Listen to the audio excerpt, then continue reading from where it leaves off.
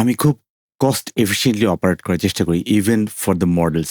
Like আমরা যখন দেখি যে আমাদের ওয়ার্ক ফ্লোতে যেখানে আসলে মডেলে ছোট মডেল দরকার বা যেটা হচ্ছে কি টুল কলিং এর জন্য যেই মডেলটা দরকার, আমি হচ্ছে সেই মডেলটাই কিন্তু আমি ব্যবহার করার চেষ্টা করি।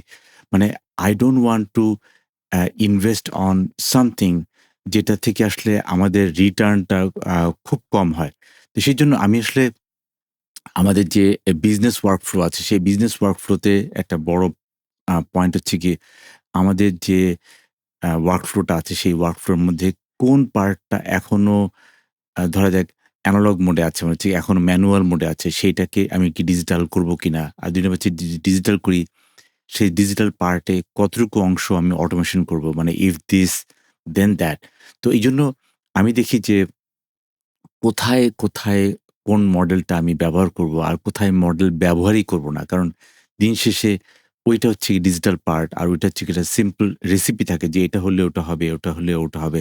সো ওই জায়গাটাতে আমি আসলে ফোকাস করি। তো তবুও কিছু জায়গায় আমি চাই যে না, এখানে হিউম্যান ইন দ্য লুপ থেকে আমি আসলে কিভাবে সরাতে চাই। তো সেজন্য কিন্তু আমি কিছু জায়গায় আমি ছোট মডেল ব্যবহার করি। ইভেন রাসবেরি পাই হোক, অথবা আমরা মাঝে ESP32 ওখানে মডেল ব্যবহার করা যায় কিনা সেটাও কিন্তু আমরা আসলে মাঝে চিন্তা করি। তো দিন শেষে আমি আসলে চিন্তা করি যে আমাদের মডেলের রেঞ্জটা হচ্ছে গিয়ে ৫ টা ক্যাটেগরি।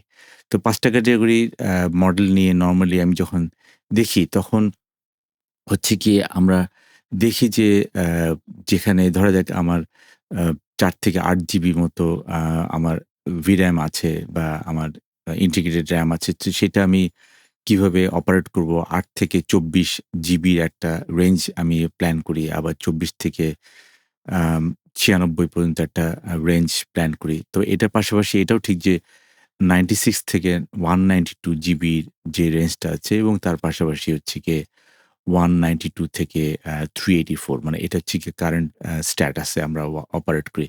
তো এর মধ্যে একটা বড় পার্ট হচ্ছে গিয়ে ৪ থেকে যে ৮ টা আছে, যেটা হচ্ছে গিয়ে একদম খুবই ছোট মডেল, এবং আমি মনে করি যে এই ছোট মডেলটা কিন্তু আমরা অপারেট করি।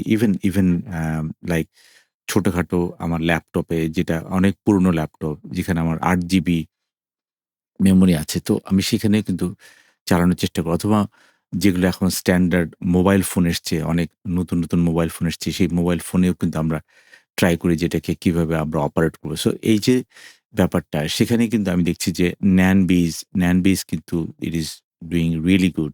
NANBEES 4.2। তো আমি আসলে যেটা বলব যে এই যে 4 থেকে 8 জিবির যে রেঞ্জটা আছে, সেখানে আমরা NANBEES, তারপর হচ্ছে কি 8 থেকে 24, সেখানে কিন্তু আমরা জানি যে বোনসাই 27 বিলিয়ন। অ্যাকচুয়ালি এটা একটা কোয়েন 3.6 27 billion.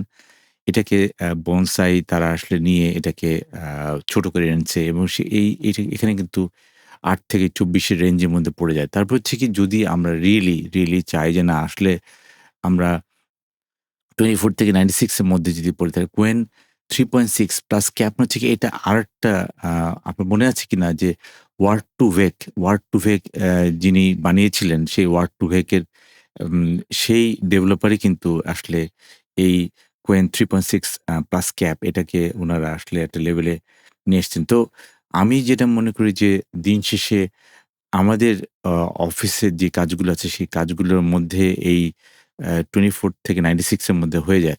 R which is like আমার কাছে মনে হয় যে না, এটা আসলে কাইন্ড অফ লাইক আমাদের যে কাজগুলো আছে, এই কাজগুলো আমি কখনোই আমি 96 এর বেশি আমি কখনোই প্রপোজ করি না। যেখানে কোডিং বা অন্যান্য জায়গায় কাজ দরকার, সেখানে হতে পারে। সেখানে হচ্ছে গিয়ে Laguna S2.1 সেটা নিয়ে আসলে আমরা দেখতে পারি।